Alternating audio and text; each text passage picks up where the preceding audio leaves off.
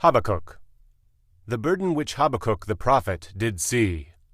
O Lord, how long shall I cry, and thou wilt not hear? Even cry out unto thee of violence, and thou wilt not save. Why dost thou shew me iniquity, and cause me to behold grievance? For spoiling and violence are before me, and there are that raise up strife and contention. Therefore the law is slacked, and judgment doth never go forth. For the wicked doth compass about the righteous, therefore wrong judgment proceedeth. Behold ye among the heathen, and regard, and wonder marvelously, for I will work a work in your days, which ye will not believe, though it be told you. For, lo, I raise up the Chaldeans, that bitter and hasty nation, which shall march through the breadth of the land, to possess the dwelling places that are not theirs. They are terrible and dreadful. Their judgment and their dignity shall proceed of themselves. Their horses also are swifter than the leopards, and are more fierce than the evening wolves. And their horsemen shall spread themselves, and their horsemen shall come from afar. They shall fly as the eagle that hasteth to eat. They shall come all for violence. Their faces shall sup up as the east wind, and they shall gather the captivity as the sand.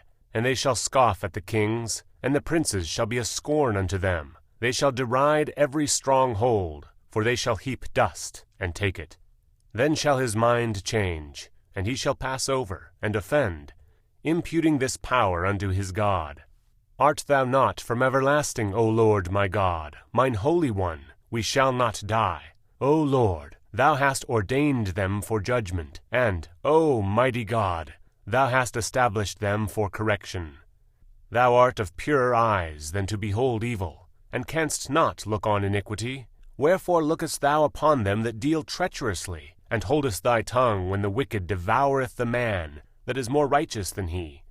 And makest men as the fishes of the sea, as the creeping things, that have no ruler over them. They take up all of them with the angle, they catch them in their net, and gather them in their drag, therefore they rejoice, and are glad.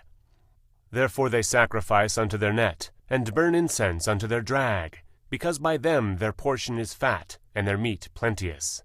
Shall they therefore empty their net, and not spare continually to slay the nations?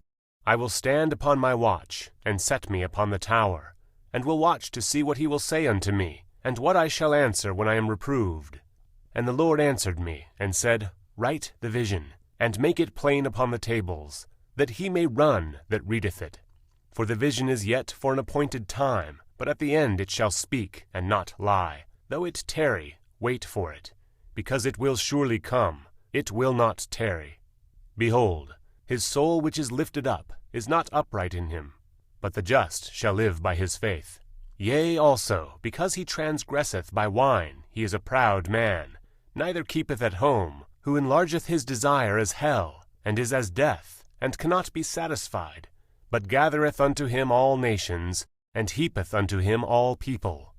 Shall not all these take up a parable against him, and a taunting proverb against him, and say, Woe to him that increaseth that which is not his? How long? And to him that ladeth himself with thick clay, shall they not rise up suddenly that shall bite thee, and awake that shall vex thee? And thou shalt be for booties unto them, because thou hast spoiled many nations. All the remnants of the people shall spoil thee, because of men's blood, and for the violence of the land, of the city, and of all that dwell therein. Woe to him that coveteth an evil covetousness to his house, that he may set his nest on high, that he may be delivered from the power of evil. Thou hast consulted shame to thy house by cutting off many people, and hast sinned against thy soul. For the stone shall cry out of the wall, and the beam out of the timber shall answer it. Woe to him that buildeth a town with blood, and stablisheth a city by iniquity. Behold, is it not of the Lord of hosts that the people shall labor in the very fire, and the people shall weary themselves for very vanity? For the earth shall be filled with the knowledge of the glory of the Lord, as the waters cover the sea. Woe unto him that giveth his neighbor drink, that putteth thy bottle to him, and makest him drunken also, that thou mayest look on their nakedness. Thou art filled with shame for glory. Drink thou also, and let thy foreskin be uncovered.